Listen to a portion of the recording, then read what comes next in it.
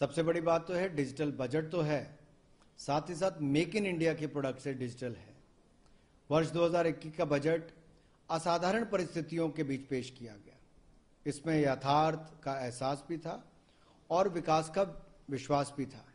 कुल मिलाकर देखा जाए, सरकार ने राजकोषीय स्थिरता के साथ साथ तालमेल बिठाते हुए बजट का आकार बढ़ाने का हर संभव प्रयास किया है और नागरिकों पर हमने कोई दबाव नहीं डाला है।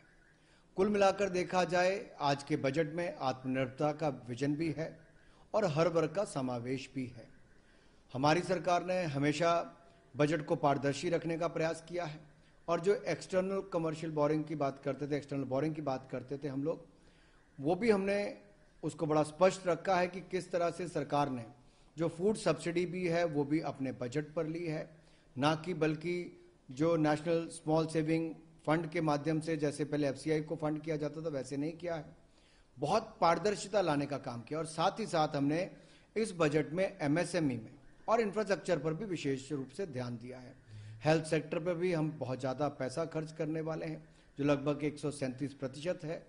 इसी तरह से अगर आप देखेंगे तो रोडवेज पर भी 1,10,000 करोड़ रुपया, 1,10,000 करोड़ रुपये के लगभग का हमने बजट का प्रावधान किया है और रेलवे पर भी लगभग 1,10-15,000 करोड़ रुपये का प्रावधान उस पर भी किया है। ये बजट जो है ये व्यक्तियों के लिए हो, निवेशकों के लिए हो, उद्योग हो, बुनियादी ढांचा हो, इन क्षेत्रों में सकारात्मक बदलाव लाएगा। और हमने कुल मिलाकर ये प्रयास भी किया है कि स्वास्थ्य को एक बहुत बड़ा प्राथमिकता दी है। जिला स्तर पर हो, वेलनेस सेंटर हो, हेल्थ सेंटर्स हो, उनको और सुदृढ़ करने का हम काम करने जा रहे हैं।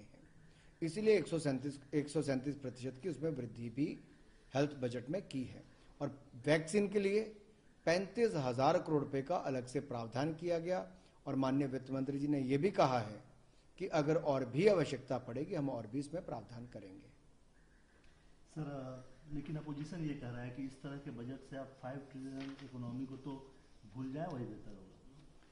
मैं तो कह रहा हूं कि निश्चित तौर पर हम $5 ट्रिलियन इकोनॉमी करके ही रहेंगे और साथ ही साथ भारत को आत्मनिर्भर भारत भी बनाएंगे। कारण क्या है? हमारा कुल खर्चा कहां पर होने जा रहा है? इंफ्रास्ट्रक्चर पर होने जा रहा है। और अगर आप देखेंगे कोविड महामारी के दौरान जहां हमने कहा था जान है तो जहान है, जान बचाने का काम भी किया। दुनिया भर में सबसे कम मृत्यु दर किन्हीं देशों में है तो उनमें एक भारत है और प्रधानमंत्री मोदी जी ने इसमें एक बहुत बड़ी भूमिका, एक अच्छा नेतृत्व देने का काम किया। इस बजट में हम प्रधानमंत्री आत्मनिर्भर स्वस्थ भारत योजना भी लाने जा रहे हैं। इसके ऊपर 64,180 करोड़ रुपया खर्च होगा। ये छोटी रकम नहीं है। इससे हेल्थ केयर का इंफ्रास्ट्रक्चर भी बढ़ेगा और स्वास्थ्य की सेवाएं भी पहुंचाई जाएंगी। इसके अलावा जैसे मैंने कहा, वैक्सीन के लिए 35,000 करोड़ हो, जल जीवन मिशन के लिए 50,000 करोड़ रुपये से ज़्यादा का प्रावधान किया ताकि स्वच्छ जल मिल सके। और यही नहीं, प्रधानमंत्री जी क्योंकि संवेदनशील भी हैं, कोविड वैक्सीन एक नहीं दो हमारे देश में ही बनाई गई और ये मेक इन इंडिया वैक्सीन को 100 से ज़्यादा देशों को भी देने का काम हमने किया है। तो हमने देश की पूर्ति तो की ही, हमने दुनिया भर के देशों को भी लाभ देने का काम किया। फिर किसानों की बात करते हैं। हमने जैसे किसान भाई और बहनों के लिए पीएम किसान सम्मान निधि लाए, 1,10,000 करोड़ रुपए का हमने अब तक किसानों को लाभ दिया।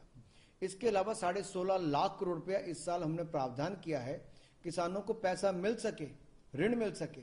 ये अपने आप में एक बड़ी लंबी छलांग है ताकि किसान और भाइयों को इसमें आसानी के साथ सुलभ ऋण का व्यवस्था हो सके। इसके अलावा 1 लाख करोड़ रुपया एग्रीकल्चर इंफ्रास्ट्रक्चर फंड के रूप में हम लाने वाले हैं।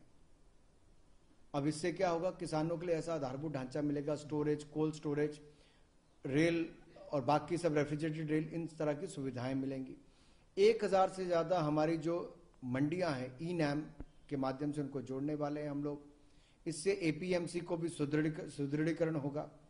तो जो लोग ये प्रश्न चिन्ह खड़ा करते थे एपीएमसी का क्या होगा, एमएसपी का क्या होगा, उनको भी सीधा सीधा जवाब दिया गया है कि एमएसपी खरीद भी मोदी सरकार ने यूपीए के मुकाबले 2.5 गुना ज्यादा की। 8 लाख करोड़ रुपए हमने 5 साल में खर्च किया।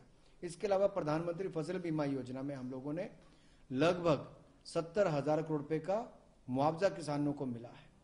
यही नहीं, किसानों को समय पर खाद मिले, सॉयल हेल्थ कार्ड मिले और किसानों को ऋण देने की सुविधा। हमने कहा था 2.5 करोड़ किसान क्रेडिट कार्ड बना कर देंगे, 2 करोड़ से ज्यादा किसान क्रेडिट